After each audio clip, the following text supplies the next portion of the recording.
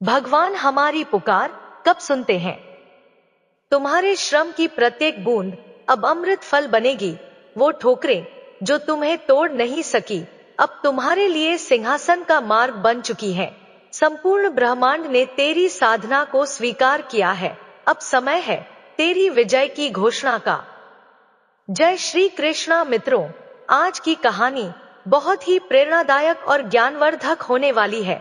इस कहानी के माध्यम से आप जानेंगे कि भगवान की पूजा हम कैसे करें, जिससे भगवान हमारी पुकार सुने, और भगवान की सबसे बड़ी पूजा क्या है। तो मित्रों, चलिए शुरू करते हैं आज की कहानी। भारत के उत्तर पश्चिमी हिस्से में पहाड़ियों और घने जंगलों के बीच बसा हुआ था एक शांत और अलौकिक गांव, कोरलाईपुर। यह गांव भले ही छोटा था, पर इसके बारे में जो कहानियां देश भर में प्रचलित थी, वे बहुत ही रहस्यमयी और चमत्कारी थी। यहाँ की मिट्टी में एक अजीब सी ऊर्जा थी, जैसे कोई दिव्य शक्ति इस भूमि की रक्षा कर रही हो। कोरलाईपुर की सबसे बड़ी विशेषता थी एक छोटी सी लेकिन रहस्यमयी नदी, जिसे लोग स्वर्ण गंगा के नाम से जानते थे। यह नदी बाकी नदियों की तरह विशाल नहीं थी, ना ही इसमें विशाल जल प्रवाह था, परंतु जो बात इसे विशेष बनाती थी, वो थी इसकी रेत की चमक और उसकी आध्यात्मिक शक्ति। स्वर्ण गंगा की धारा सुबह सुबह सूरज की किरणों से इस प्रकार झिलमिलाती थी, जैसे उसमें सोने की किरणें तैर रही हों। उसका जल इतना निर्मल था कि उसमें देखने पर आसमान और आत्मा दोनों दिखाई देते थे। लोगों का मानना था कि यह नदी किसी ज्ञानी साधु की तपस्या का फल है, जिसने यहाँ वर्षों पहले ईश्वर को प्रसन्न करने के लिए कठोर तप किया था। गांव के बुजुर्ग कहा करते थे, इस नदी में केवल वही डुबकी सार्थक होती है जिसकी आत्मा निर्मल हो। यहाँ की रेत में सोना नहीं, आशीर्वाद है। यहाँ मांगने से नहीं, समर्पण से मिलता है। स्वर्ण गंगा के तट पर एक प्राचीन पीपल का पेड़ भी था, जिसकी जड़ें नदी की ओर झुकी थी। यह पेड़ गांव वालों के लिए पूजनीय था। लोग वहां दीपक जलाते, फूल चढ़ाते और बैठकर ध्यान करते थे। कोरलाईपुर की बुजुर्ग महिला अक्सर बच्चों को रात में कहानियां सुनाया करती थी। कभी किसी गरीब महिला ने इस नदी के तट पर बैठकर अपने बच्चों के लिए अन्न मांगा, और उसी दिन उसे जंगल में एक झोला मिला, जिसमें गेहूं और चावल भरे थे। किसी समय एक राजा की सेना ने गांव पर चढ़ाई की, पर जैसे ही वे नदी पार करने लगे, नदी का जल अपने आप उफान मारने लगा और सेना को पीछे हटना पड़ा। एक कहानी यह भी थी कि स्वयं भगवान श्री हरि विष्णु ने एक वृद्धा का रूप धारण कर किसी सच्चे भक्त को दर्शन दिए थे। इन कहानियों में कितनी सच्चाई थी, यह तो कोई नहीं जानता था, लेकिन गांव वालों का विश्वास इतना गहरा था कि हर संकट की घड़ी में वे इस नदी के पास ही समाधान ढूंढने आते। स्वर्ण गंगा को लेकर लोगों में श्रद्धा के साथ साथ डर भी था। वे मानते थे कि यदि कोई व्यक्ति स्वार्थ से, छल से या झूठे मन से यहाँ प्रार्थना करता है, तो उसे नदी की नकारात्मक ऊर्जा का सामना करना पड़ता है। कभी कभी लोग कहते कि उन्हें नदी के किनारे अजीब सी आवाजें सुनाई देती हैं, जैसे कोई पुकार रहा हो। किसी ने बताया कि उसने एक रहस्यमयी महिला को नदी में उतरते और फिर गायब होते देखा, पर ये सब बातें समय के साथ धुंधली हो जाती थी, क्योंकि नदी का शांत प्रवाह जैसे सब कुछ अपने साथ बहा ले जाता। कोरलाईपुर के लोग साधारण जीवन जीते थे। खेती, गाय भैंस और हाथ से बनी वस्तुएं उनका मुख्य व्यवसाय था, लेकिन उनके जीवन का केंद्र धार्मिकता और श्रद्धा था। चाहे कोई बच्चा पैदा हो या कोई अंतिम यात्रा निकले, स्वर्ण गंगा ही साक्षी बनती। हर पूर्णिमा को गांव के लोग नदी के किनारे एकत्र होकर भजन कीर्तन करते और ईश्वर से सुख शांति की कामना करते। उस समय नदी के जल में जैसे दिव्यता उतर आती। इसी पवित्र और रहस्यमयी वातावरण में एक दिन एक साधारण लेकिन सच्चा युवक हार्दिक अपने जीवन की सबसे बड़ी परीक्षा लेकर इस नदी के पास आया। वह नहीं जानता था कि उसकी विनम्र प्रार्थना न केवल उसकी मां की बीमारी को दूर करेगी, बल्कि वह स्वयं भी एक रहस्य का साक्षी बनेगा। हार्दिक बचपन से ही कर्मशील और सत्यनिष्ठ था। उसका परिवार छोटा था, केवल उसकी बीमार माँ और वह स्वयं। पिता का देहांत बचपन में ही हो गया था। माँ ने मजदूरी कर उसे बड़ा किया, लेकिन अब उम्र और बीमारी ने उन्हें शैया पर डाल दिया था। हार्दिक मेहनत करता था, लकड़ियां काटता, खेतों में मजदूरी करता और गांव के लोगों के छोटे मोटे काम करके 2 वक्त की रोटी जुटाता। लेकिन माँ की बीमारी दिन प्रतिदिन गंभीर होती जा रही थी। गांव के वैद्य ने हाथ खड़े कर दिए। हार्दिक के पास इलाज के लिए ना पैसे थे, ना साधन। हर दिन माँ की करा और कंपाती सांसें उसे तोड़ने लगी। और तब जब हर रास्ता बंद हुआ, हार्दिक ने वह रास्ता चुना जिस पर गांव वाले केवल अंतिम उम्मीद में चलते थे, स्वर्ण गंगा की शरण। हार्दिक एक सुबह पीपल के पेड़ के नीचे बैठा था। सूर्य की पहली किरणें स्वर्ण गंगा के जल को सुनहरा रंग दे रही थी। उसका मन कांप रहा था। उसने हाथ जोड़े और धीरे से बोला, हे भगवान, अगर आप कहीं हैं तो मेरी माँ को बचा लीजिए। मैं कुछ नहीं मांगता, बस उसकी सांसें लौटा दीजिए। उसकी आंखों से आंसू बहने लगे। आसपास कोई नहीं था, सिर्फ नदी का कलकल और पत्तों की सरसराहट। वह जानता था कि यह कोई साधारण जगह नहीं है। उसके मन में श्रद्धा भी थी, लेकिन कहीं ना कहीं एक अदृश्य संदेह भी था। क्या सच में भगवान सुनते हैं? हार्दिक ने यह अपनी दिनचर्या बना ली। हर दिन सूरज उगने से पहले वह वहां पहुंचता, हाथ जोड़ता, आंखें मूंदता और माँ के लिए प्रार्थना करता। कभी कभी वह माँ के नाम से नदी में दीप बहाता। 5 दिन बीत गए। माँ की हालत जस की तस बनी रही। हार्दिक निराश होने लगा, पर फिर भी उसने प्रार्थना करना नहीं छोड़ा। गांव के लोग कहते थे, सच्चा मन और दृढ़ विश्वास ही भगवान की चौखट तक पहुंचते हैं। अब हार्दिक के मन से संदेह भी धीरे धीरे हटने लगा था। वह महसूस करने लगा कि यह नदी सिर्फ जल नहीं है, यह कोई जीवंत शक्ति है जो देख रही है, सुन रही है और शायद परीक्षा भी ले रही है। एक दिन नदी के किनारे गांव के वृद्ध पुजारी गिरधर बाबा भी पहुंचे। उन्होंने हार्दिक को देखकर उसके सिर पर हाथ फेरा और बोले, बेटा, तेरी आंखों में सच्ची पीड़ा है, लेकिन भगवान सिर्फ आंसू नहीं देखते, वो तेरी नियत और निस्वार्थता को तौलते हैं। तेरी प्रार्थना अधूरी इसलिए है क्योंकि अभी तेरे भीतर संदेह का अंश बाकी है। हार्दिक ने सिर झुकाया और कहा, बाबा, अब तो जीवन का कोई और आधार नहीं बचा। मैं माँ को बचाना चाहता हूँ, किसी भी कीमत पर। भगवान से कुछ नहीं चाहिए, बस उसका जीवन। गिरधर बाबा मुस्कुराए और बोले, तो फिर संकल्प ले बेटा, जब तक उत्तर ना मिले तू नदी किनारे तप की तरह प्रार्थना कर, खाना पीना छोड़ दे, संसार से कुछ ना मांग, बस मन और आत्मा से पुकार। हार्दिक ने उसी क्षण निर्णय ले लिया। उसने 3 दिन और 3 रात का उपवास रखने का संकल्प किया।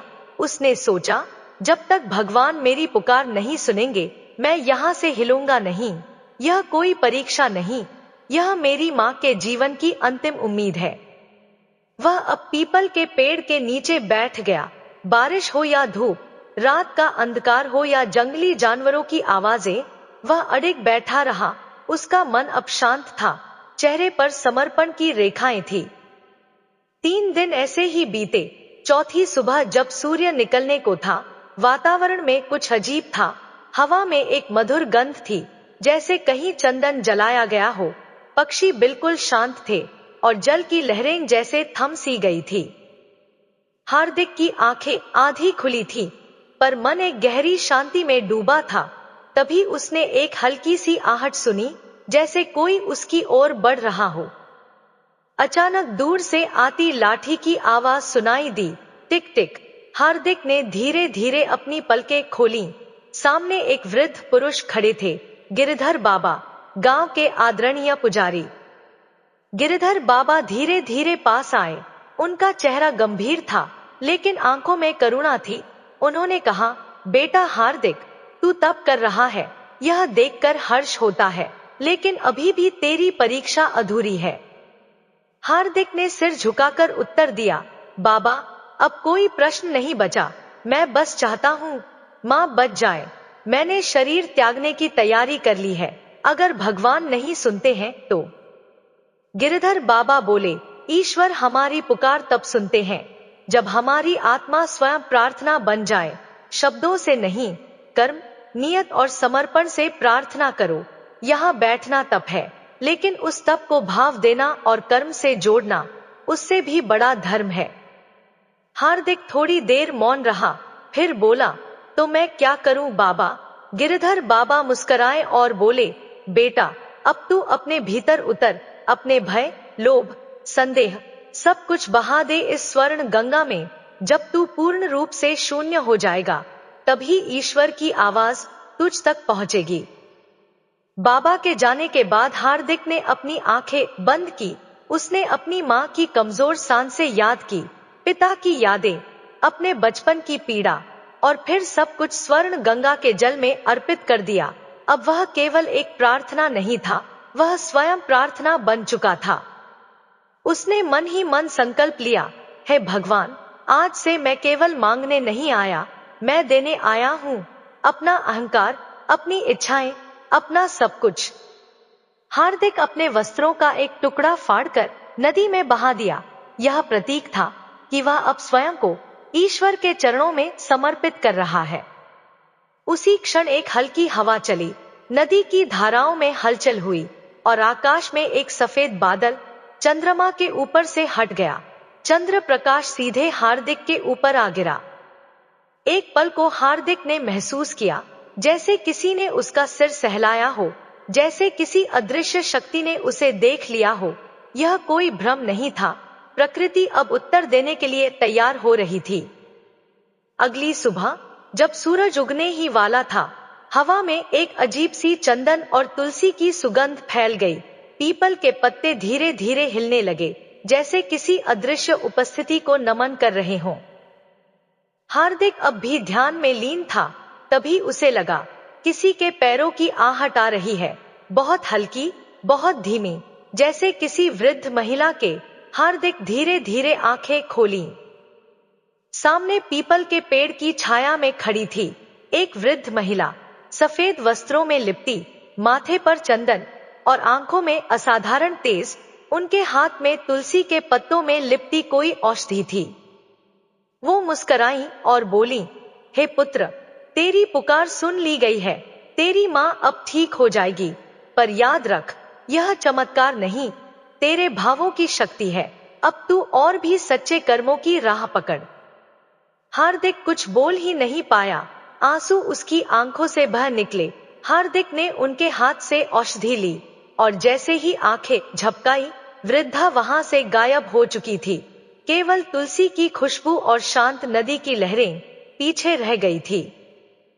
क्या वह स्वयं मां भगवती थी या भगवान का कोई रूप? यह रहस्य हमेशा रहस्य ही रहा, लेकिन हार्दिक को अब विश्वास हो चुका था, भगवान सुनते हैं, लेकिन तब जब हम बोलना बंद कर दें और आत्मा से पुकारें।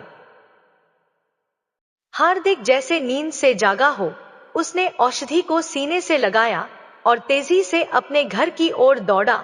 उसका मन अब भारी नहीं था, बल्कि जैसे कोई शक्ति उसके भीतर समा चुकी थी। घर पहुंचते ही उसने माँ की हालत देखी। माँ गहरी नींद में थी, पर उनके चेहरे पर एक शांति और रंगत थी जो कई दिनों से नहीं थी। हार्दिक ने बहुत सावधानी से वृद्धा द्वारा दी गई औषधि माँ के मुंह में दी। कुछ क्षणों बाद माँ की सांसें गहरी हुईं और वे धीरे धीरे आंखें खोलने लगी। उन्होंने बेटे की ओर देखा और मुस्कुराकर कहा, हार्दिक, तू आ गया। मुझे किसी देवी ने कहा था कि तू मेरी रक्षा कर रहा है। यह सुनते ही हार्दिक रो पड़ा। उसे अब पूर्ण विश्वास हो चुका था, यह सिर्फ औषधि नहीं, बल्कि ईश्वर की कृपा थी। अगले ही दिन हार्दिक की मां पूर्णतः स्वस्थ हो गई। यह बात आग की तरह पूरे गांव में फैल गई। लोग जानने लगे कि हार्दिक को कौन मिला था, किसने औषधि दी और कैसे मां बच गई। कई लोग स्वर्ण गंगा पर जाकर प्रार्थना करने लगे, लेकिन हार्दिक ने सबको एक ही बात कही, यह नदी कोई चमत्कारी यंत्र नहीं है, यह केवल उस आत्मा को उत्तर देती है जो पूरी तरह निस्वार्थ और समर्पित हो। भगवान ने मुझे उत्तर दिया क्योंकि मैंने कुछ मांगा नहीं, बल्कि अपने स्वार्थ और संदेह को छोड़ दिया। जिस पीपल के नीचे हार्दिक बैठा करता था, वहां अब गांव के लोग दीपक जलाने लगे थे। वह स्थान शब्दहीन प्रार्थना स्थल कहलाने लगा, जहां लोग केवल मौन बैठते, आंखें बंद करते और अपनी अंतरात्मा की आवाज सुनते। हार्दिक को अब समझ आ गया था, भगवान किसी खास जगह में नहीं रहते, वो वहां रहते हैं जहां मन निर्मल हो, भाव निस्वार्थ हो और विश्वास अडिग हो। हार्दिक, जो कभी निर्धन और असहाय युवक था, अब गांव के लिए एक प्रेरणा बन चुका था।